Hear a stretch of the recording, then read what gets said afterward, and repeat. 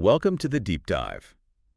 Okay, forget what you think you know about German drinks for just a moment, because today we're plunging into the really fascinating and surprisingly complex world of German wine classification. We're zeroing in on the unique Prädikat system. Yeah, and our goal today really is for you to walk away with a solid grasp of what makes the system tick. Going beyond just the basics, the names, Right. to really understand its significance in wine quality globally. We want to explore those nuances that make these German wines so special. Absolutely. And guiding us, we've got a couple of great sources. One's called Prädikat der Classificação dos Vinhos Alemães, and the other is Vinho Alemão e o Sistema Prädikat, uma análise completa sobre o olhar de sommelier. And what's really striking, I think, is that, beer might pop into your head first with Germany, Sure, often does. but it holds this really esteemed place in the wine world, especially for its whites, exceptional white wines. And this Prädikat system, it's basically the key to unlocking why. It's a whole quality philosophy built around the natural ripeness of the grapes. Natural ripeness. Yeah, and that's quite different from, a lot of other European systems. Okay, let's unpack this Prädikat idea then. What exactly is it in the German wine context? So fundamentally, Prädikat is a designation. It signals superior quality in German wines. Okay. But the really crucial part, the thing that defines it, is the sole criterion it uses. Which is? The ripeness of the grapes, specifically how ripe they are at harvest. And this isn't just guesswork. It's measured scientifically by the sugar content in the must. The must being the grape juice. Exactly, the freshly squeezed grape juice. So it really hinges on how naturally sweet those grapes managed to get while they were still hanging on the vine. Precisely. And this focus, this laser focus on natural ripeness, leads to some really important core principles for the whole Prädikat system. Like what? Well, first, and this is a big one, no chaptalization allowed. Chaptalization. Okay. That's adding sugar. Exactly. Winemakers can't add sugar to the juice to sort of artificially boost the final alcohol level. Okay. So the alcohol in a Prädikat wine, it has to come entirely from the natural sugars that were already in the grapes. That makes a lot of sense. It ensures the wine is, a pure expression of the grape, the place. Exactly. It reflects the vintage, the terroir. Right. Secondly, there's a huge emphasis on achieving that ripeness naturally on the vine. Right. Forget any artificial methods to pump up sugar levels. That's strictly forbidden. Got it. And finally, the Prädikat system isn't just one single label. It's actually a hierarchy.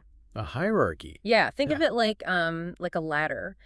Each step up represents a higher level of ripeness in the grapes at harvest. Okay. And that higher ripeness generally means, greater potential for concentration, for complexity in the finished wine. A ladder. That's a good visual. Yeah. So what are the main rungs on this ladder we should know about? Well, we can give a quick overview now. It starts with the more basic levels, Deutscher Wein and Landwein. Okay. And then you climb up to the 6 actual Prädikatswein categories. These are Cabinet, Spätlese, Auslese, Bier Noslese, often called BA. BA, right? Then Eiswein or ice wine, and right at the very top, Trockenbier Noslese or TBA. TBA? Wow, okay. We'll definitely dig into each of those. Yeah, absolutely. Now, you mentioned measuring the sugar in the juice. How exactly do they quantify that? Right, so that measurement is called must weight or Mustgewicht in German. That's good. Yeah, it's essentially a measure of the density of the grape juice. And density, in this case, is directly related to how much sugar is dissolved in it. Like a sweetness score for the juice itself. Pretty much, yeah. And the German unit they use for this is the Oechsle scale. You'll see it written as OE. OE Oechsle. Oechsle, exactly. So a higher Oechsle degree just means there's more sugar packed into that grape juice. So a higher degree number points to potentially, a naturally sweeter wine, or maybe one with higher alcohol if it's fermented dry. That's the potential, yes. Now, something that really jumped out from the sources, the Prädikat level itself, like Cabinet or Spätlese, it doesn't actually tell you if the wine is going to taste dry or sweet. That seems counterintuitive somehow. You've hit on a really, really key point. And yeah, it does surprise people. All right. Prädikat is laser focused on one thing. How ripe were those grapes when they were picked? That's it. Okay. Whether the final wine ends up dry, that's Trocken, Trocken. or semi-dry Halbtrocken, Trocken. or noticeably sweet, which is Lagerlich or Süß. That's actually a separate decision. It's made by the winemaker during fermentation. How so? Well, they can choose to let the yeast eat up pretty much all the sugar, converting it to alcohol. That gives you a truck and a dry wine. Or they can deliberately stop the fermentation early, maybe by chilling it down or filtering, leaving some of that natural grape sugar behind in the wine. That's how you get the sweeter styles. Ah, I see. So ripeness at harvest is one thing, final sweetness in the bottle is another. That's a crucial distinction. Absolutely crucial to remember. Now, while Prädikat is all about that grape ripeness, the sources also stress how important the origin is, where the grapes are actually grown. Oh, totally. You can't separate them. While Prädikat tells you how ripe the grapes were, the region, the Anbaugebiet, Anbaugebiet. yep, the growing region, and even the specific vineyard site, the Joy. these are absolutely fundamental to the wine's overall quality, its character, its flavor profile. Germany has 13 of these designated Anbaugebiet, these main regions. 13. Yeah, and each one has its own unique mix of climate, different soil types, centuries of grape growing traditions. All these factors work together with the ripeness level defined by the Prädikat. That's what ultimately shapes the wine you taste. Okay, so Prädikat is like one dimension, the ripeness dimension. Yeah. And the Anbaugebiet and Lage, the place, that's another vital dimension. You got it. They work hand in hand. Right. Let's start making our way down that quality ladder you mentioned, maybe starting at the base. Deutscher Wein and Landwein. What's the story with Deutscher Wein? Okay, Deutscher Wein. This is the most basic category in the German wine classification system. Basic, okay. The main rule here, the only real defining rule, is that the grapes have to be 100% German origin. That's it. Grown somewhere in Germany. Yep. You might recall this used to be called Tafelwein, table wine. Deutscher Wein is the current term. And regulation-wise, it sounds like this category is pretty flexible. It is, yeah. The rules are the least restrictive of all the categories. There are no specifics about which grape varieties you have to use or even which specific German region they need to come from. Just Germany? Just Germany. They do set minimum alcohol levels, but significantly chaptalization, that sugar addition we talked about, is permitted here. Ah, okay, so they can add sugar for Deutscher Wein. Yes, they can. So what kind of wines are we generally talking about then? What should you expect? Usually these are, pretty straightforward wines. Lighter bodied, generally affordable, really intended for everyday consumption. Simple, quaffing wine? Kind of, yeah. Often there are blends of different grapes. And Deutscher Wein actually plays a pretty big role in the domestic German market, meeting that demand for accessible, daily drinking wine. Makes sense. The everyday German tipple, perhaps. Okay, moving up one step. We hit Landwein. How does that differ from Deutscher Wein?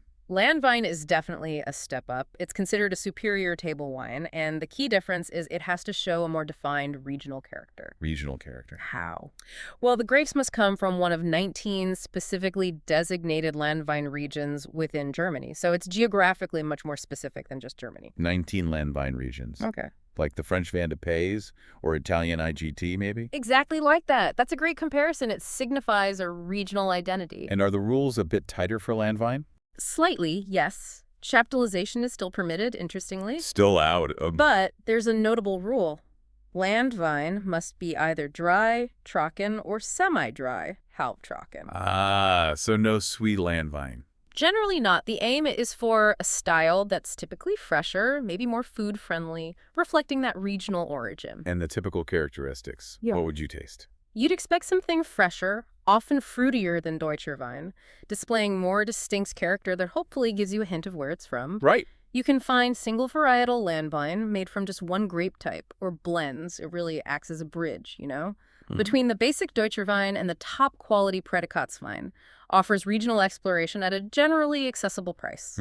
Good. Yeah. Deutscher Wein for easy drinking, Landwein for a taste of a specific region, but still relatively basic. Now we get to the main event, right? The 6 Prädikatswein categories, the pinnacle of quality. Exactly. This is where things get really interesting, and it's what German wine is often most famous for internationally.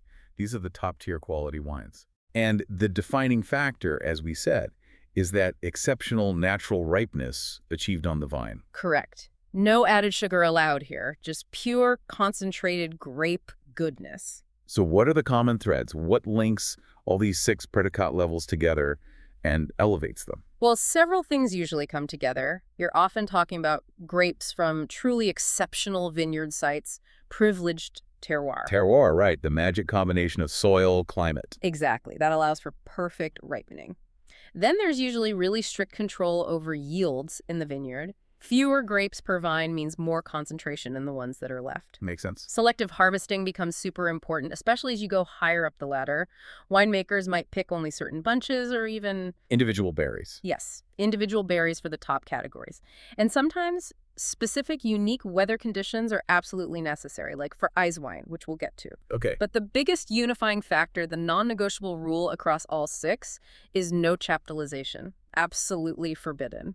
And the foundation seems to be just letting those grapes hang longer, getting that extra ripeness, that natural sugar concentration. That's the heart of it, letting the grapes mature on the vine well past the main harvest. It dramatically increases their sugar levels, yes, but it also develops much deeper, more complex flavors. That natural concentration is the basis for the intensity and often the sweetness you find in these wines. All right, let's dive into them one by one. Starting at the first rung of the Prädikat ladder, Cabinet. What defines a cabinet? Cabinet represents the lightest, often the most delicate style within the Prädikatswein categories. Light and delicate. Yeah. It signifies wines made from grapes that reached full ripeness, but weren't, super ripe or overripe, just perfectly ripe. The minimum must wait, that Ursula level, is at the lower end of the Prädikat spectrum. For example, in the Moselle region, it typically starts around 73 degrees. 73 Ursula. Think of it as grapes picked with this beautiful balance between ripeness and, crucially, acidity. And what does that translate to in the glass? The taste, the feel? Typically, cabinet wines are light in body, they're elegant, and they really pop with this vibrant, refreshing acidity. Flavor-wise, you often get subtle fruit notes, crisp green apple, maybe some white peach, citrus zest. And the alcohol level is usually quite moderate. They're just wonderfully refreshing, very approachable wines. And crucially, as we establish, a cabinet isn't automatically sweet, right? It can come in different styles. Exactly. You absolutely find dry cabinet trocken, you find semi-dry Halbtrocken, and you find fruity sweet ones often labeled Lieblich or Feinherb. Feinherb. Yeah, Feinherb is a sort of unofficial term, often meaning similar to Halbtrocken, maybe a touch sweeter, but not fully Lieblich. Point is, cabinet offers a range. So how would you pair these different cabinet styles? What goes well? Okay, so a dry Trocken cabinet. Fantastic aperitif. Brilliant with light seafood, simple grilled whitefish, fresh salads. The off-dry styles, the Halbtrocken or Feinherb, even the Lieblich ones. That touch of sweetness and the high acidity make them amazing partners for spicier food like Thai or Vietnamese. Also great with creamy sauces, poultry, or even light fruit desserts. That sounds really versatile. Are there specific regions or producers famous for cabinet? Oh, absolutely. The Mosel region is probably the most iconic for classic, delicate, low-alcohol Riesling cabinet. Think producers like Dr. Lucen, J.J. Prum, Maximin Grünhaus, legendary names. Wow. But also the Rheingau, with estates like Robert Weil and the Nahe with Dunhoff, they make superb cabinet wines too. It really is, for many, the quintessential classic German Riesling style. Excellent. Okay, climbing up to the next rung. Spätelsee. The name gives it away a bit, right? Late harvest. Exactly. Spätlis literally means late harvest. So these wines are made from grapes picked usually several weeks after the main harvest has finished for cabinet. Giving them more time. More time on the vine, more time to soak up the autumn sun, accumulate more sugar, and develop deeper, more intense flavors. The minimum Exlo requirements are naturally higher than for cabinet. In the Mosel, maybe around 85 degrees or so. 85. So we're moving into richer territory now, more concentration. Definitely. Spätlis wines generally have more body than cabinet. The aromas are richer, more pronounced. You start getting notes of ripe peach, juicy apricot, maybe even hints of honey developing. But crucially, they still retain that wonderful, vibrant acidity that keeps them balanced and prevents them from feeling heavy. And again, like cabinet, Spätlis isn't just one style. Dry, sweet. Correct. Spätlis also comes in Trocken, Halbtrocken, and Lieblich style, so you have that same versatility, just with a bit more richness and intensity compared to cabinet.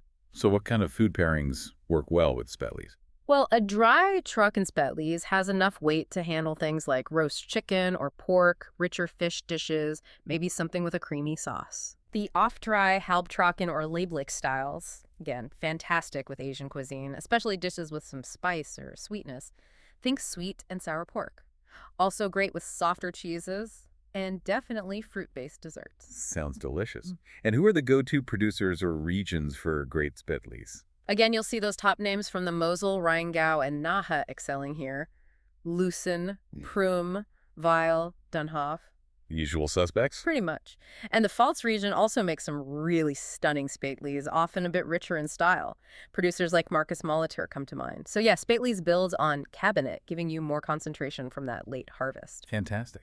Okay, next step up, Auslies. The name suggests selection, right? Something even more special. You got it. Auslies means selection of bunches. So here the winemakers are going through the vineyard and hand-selecting only the very ripest bunches of grapes. Just the best bunches. Just the best, ripest ones. And very often, a significant portion of these selected bunches will be affected by noble rot. Ah, noble rot again.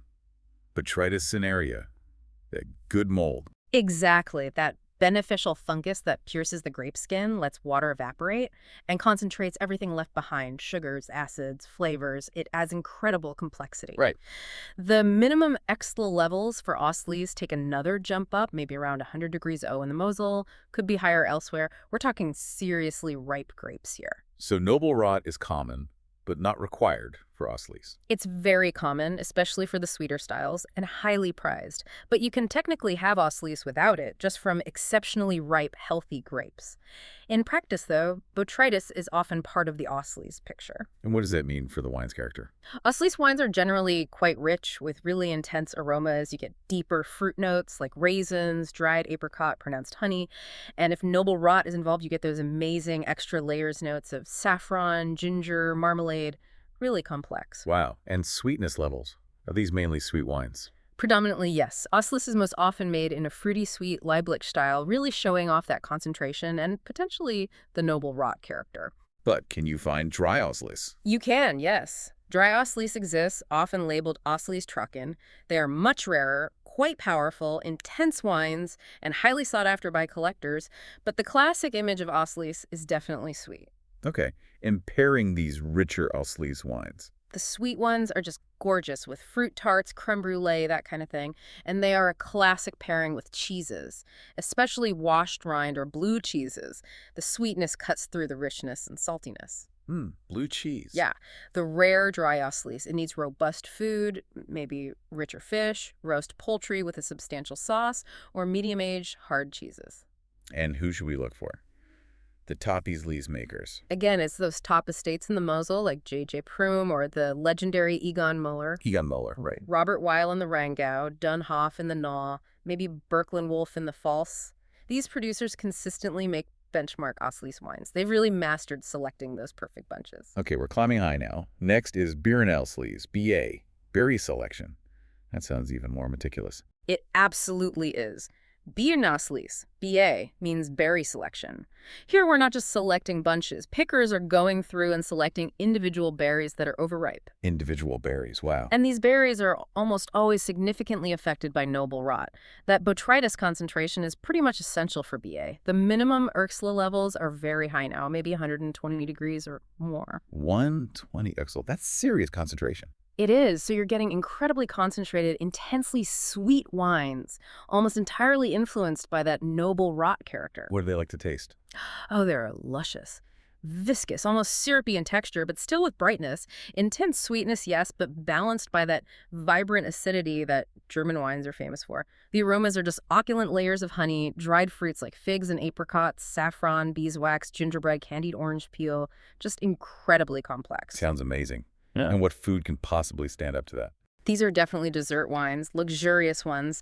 Think rich fruit desserts, creamy custards, maybe something with nuts and honey, and of course the classic pairing with pungent blue cheeses like Roquefort or Stilton is just sublime. A real treat. And the producers.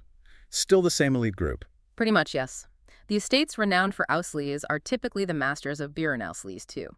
Egon Müller, J.J. Prum, Robert Weil, Dunhoff, Birkeland Wolf. Making these requires perfect conditions and immense skill. They represent the pinnacle of noble rot sweet wines in Germany. Okay, we're nearly at the summit. Yeah. But there's one that's a bit different, right? Eiswein. Ice wine. You mentioned unique conditions. Ah, yes, Eiswein. Totally unique and incredibly risky for the winemaker. Risky how? Eiswein is made from grapes that are left hanging on the vine deep into winter until they freeze solid. They have to reach at least -7 degrees Celsius. That's about 19 Fahrenheit. -7, wow. Then they have to be harvested usually in the dead of night or very early morning while they are still frozen solid. and pressed immediately, still frozen. Pressed while frozen. Wow. Because the water inside the grape is frozen into ice crystals, but the sugars, acids, and flavor compounds have a lower freezing point, so they remain in a liquid, highly concentrated syrup. When you press the frozen grapes, the ice stays behind in the press. And you just get this tiny amount of super concentrated juice out. Exactly. Highly concentrated in both sugar and, crucially, acidity. The must wait is typically similar to BA, around that 120-degree O mark or higher. And noble rot. Is that involved here? Generally, no. For Eiswein, producers actually want clean, healthy grapes without botrytis. The goal is to capture the pure, intense fruit essence concentrated by the freezing, not the honeyed, spicy notes of noble rot. So it's a different kind of intensity compared to BA. Very different. It's all about purity of fruit, electric acidity balancing the intense sweetness. Think piercingly clear notes of crisp apple, pear, peach, maybe exotic fruits, lychee, mango. Very vibrant. And pairing Eiswein. It's wonderful with lighter fruit desserts, where the fruit echoes the wine. Think fruit tarts, sorbets. Also fantastic, again, with blue cheese as a contrast. And sometimes, maybe surprisingly, it can work beautifully with foie gras. Foie gras. Interesting. And the regions willing to take this frozen gamble? It's mainly those classic regions, again, Mosel, Rheingau, Nahe, Pfalz. Producers like Egon Müller, Prüm, Weil, Dunhoff, Molitor. They'll make Eiswein when the vintage conditions allow, which isn't every year, obviously. It's a real feat of nature and nerve. Okay, finally. Yeah. We've reached the absolute peak. Trockenbier Noslis, TBA, dry berry selection. This sounds like the most extreme of all. It absolutely is. TBA is the summit. The name means dry berry selection. We're talking about grapes that have been left on the vine so long they've shriveled almost to raisins. Like raisins. Pretty much. And they are intensely, profoundly affected by noble rot. The selection is berry by individual berry. The minimum Oechsle levels are astronomical, maybe 150 degrees or even higher. 150. Incredible. It's like capturing the absolute essence of the grape, concentrated down by both dehydration and noble rot to an almost unbelievable degree. Dry berry selection. Yeah. That name really paints a picture. Shriveled, packed with goodness. Exactly. TBA wines offer just extreme concentration, a sweetness that's like liquid honey, almost unbelievably rich. But still balanced. Amazingly, yes. That incredible German acidity somehow still slices through the richness. The aromatic complexity is just profound layers upon layers. Honey, dried apricot, fig, date, caramel, beeswax, saffron, ginger, cinnamon. Sometimes even hints of roasted coffee or dark chocolate emerge with age. The texture is unctuous, oily, just incredible. It sounds unbelievably rare and precious. It truly is one of the rarest, most expensive, and most sought-after sweet wines on the planet. The conditions required are so specific, and the yields are minuscule, and you might only get a tiny amount of juice from each berry. So what on earth do you pair with a wine like TBA? Or do you just sip it on its own? Often, it is best savored on its own, as a meditation wine almost. But if pairing, think the richest, most decadent desserts, dried fruit tarts, things with honey and nuts, spiced apple crumble. The classic pairings are also foie gras, again, or the most intense, aged blue cheeses. It needs something equally powerful. And the absolute masters of TBA. It's that same elite group we've mentioned. Egon Müller's Schwarzhofburger TBA is legendary, as are examples from J.J. Prüm, Robert Weil, Dunhoff, Birkeland Wolf. These are the producers who managed to capture this magic in a bottle when nature allows. Wow, what an incredible journey through those 6 levels. It's so clear now how much that Prädikat level dictates everything, right from the harvest decision. Absolutely. The target Prädikat level is the #1 driver for when and how those grapes get picked. Producers are out there constantly measuring the Oechsle levels, meticulously selecting bunches or berries, especially for those higher categories like Osselies, BA, TBA. It's incredibly labor-intensive and quality-focused. And then how does that initial ripeness, that Muskgewicht, influence what happens back in the winery? Well, that starting sugar level dictates so much about the fermentation, how fast it goes, Yeah. the potential final alcohol, the potential residual sweetness. Right. The winemaker has to make critical choices based on that initial juice concentration to steer the wine towards the style they want, whether that's bone-dry Trocken, balanced Halbtrocken, or a lusciously sweet Süß. And higher sugar can make fermentation tricky. It can, yeah. Very high sugar levels can actually stress the yeast, leading to slow, sluggish, or sometimes even incomplete fermentations, which requires really careful management in the cellar to get the balance right. Does the Prädikat level also give us a clue about aging potential? Can these wines last Generally, yes, there's a strong correlation. Yeah. Higher predicat levels usually mean greater concentration of flavor, of sugar in the sweet styles, and always that crucial acidity. All of those are preservatives. So Cabinet might age well, Spetli's even better, and the higher levels like BA, TBA, and Eiswein can age for decades, evolving incredible complexity over time. Even dry wines made from very ripe predicat level grapes have great aging potential due to their structure and extract. So for anyone exploring German wine, understanding Prädikat is clearly a massive help in figuring out quality and potential style. Definitely. But as you said earlier, that missing piece, the actual dryness or sweetness level can still trip people up, right? Yeah, it remains the most common point of confusion, absolutely. Prädikat is a fantastic quality indicator for those who understand it, but seeing Spätlesses on a label doesn't instantly tell you if it's dry or sweet. Yeah. The rise of Grosses Gewächs, or GG, GDO, right there, that. which specifically designates top-quality dry wines from Germany's best vineyard sites, has certainly helped bring clarity for consumers looking for those powerful dry styles. So GG is always dry. Yes, GG is always legally dry. It sort of exists alongside the Prädikat system, focusing specifically on dry wines from top vineyards. But still, ongoing consumer education about Prädikat itself and what Trocken, Halbtrocken, Leiblich mean on the label is really key. Well, this has been just an incredibly insightful deep dive. Thank you. Yeah. The Prädikat system, it's clearly so much more than just a list of German words. It's a whole philosophy. It really is. It's rooted in that natural potential of the grape, the importance of ripeness achieved on the vine. And understanding it just unlocks so much appreciation for the incredible range and quality of German wines. Absolutely. It helps you navigate the shelves, understand the labels, and hopefully make more informed choices to find the styles you'll truly enjoy. From the delicate cabinet all the way up to the nectar-like TBA. Definitely. So armed with this knowledge, we'd really encourage you, our listener, to go out and explore. Take some different Prädikat levels, different sweetness levels, different regions. See it all in action. Yeah, definitely do that. And that brings us to maybe a final interesting thought to leave you with. Oh, well, thinking about the future, with things like climate change obviously impacting harvests and grape ripeness, Good point. and also how wine tastes around the world are evolving maybe towards drier styles in some markets. How will this Prädikat system, so focused on natural ripeness, continue to represent and guarantee excellence, especially when it comes to defining those top dry wines and maintaining that critical balance across all the styles? That's a really fascinating question. How does a system based on achieving ripeness adapt if ripeness becomes easier or different to achieve? Exactly. It's something the German wine industry is actively discussing. It's definitely something to keep in mind and perhaps observe as you continue your own exploration of these truly remarkable wines.